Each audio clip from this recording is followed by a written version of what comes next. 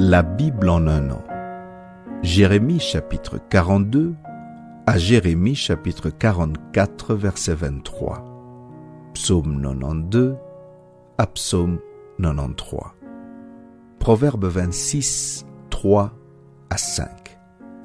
Lecture du 23 octobre. 2 Timothée chapitre 2, versets 1 à 21. Toi donc, mon enfant, fortifie-toi dans la grâce qui est en Jésus-Christ.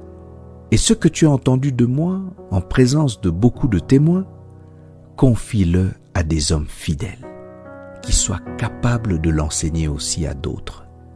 Souffre avec moi comme un bon soldat de Jésus-Christ.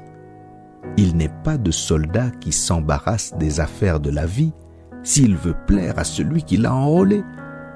Et l'athlète n'est pas couronné s'il n'a pas combattu suivant les règles. Il faut que le laboureur travaille avant de recueillir les fruits. Comprends ce que je dis, car le Seigneur te donnera de l'intelligence en toutes choses. Souviens-toi de Jésus-Christ, issu de la postérité de David, ressuscité des morts, selon mon évangile, pour lequel je souffre jusqu'à être lié comme un malfaiteur. Mais la parole de Dieu n'est pas liée. C'est pourquoi je supporte tout à cause des élus, afin qu'eux aussi obtiennent le salut qui est en Jésus-Christ, avec la gloire éternelle. Cette parole est certaine.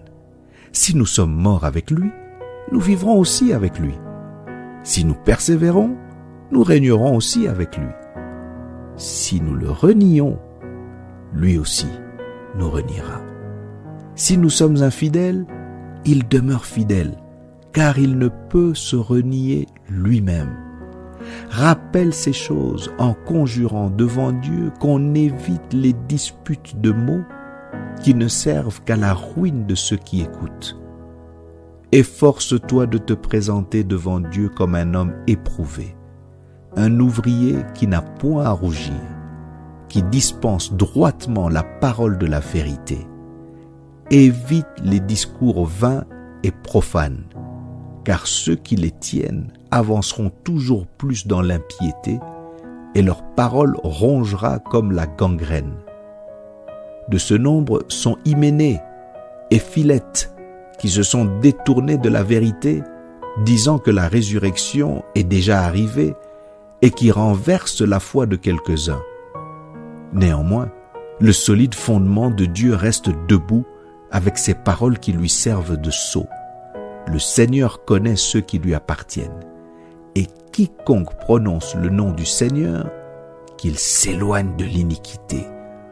Dans une grande maison, il n'y a pas seulement des vases d'or et d'argent, mais il y en a aussi de bois et de terre. Les uns sont des vases d'honneur et les autres sont d'un usage vil. Si donc quelqu'un se conserve pur en s'abstenant de ces choses, il sera un vase d'honneur, sanctifié, utile à son maître, propre à toute bonne œuvre.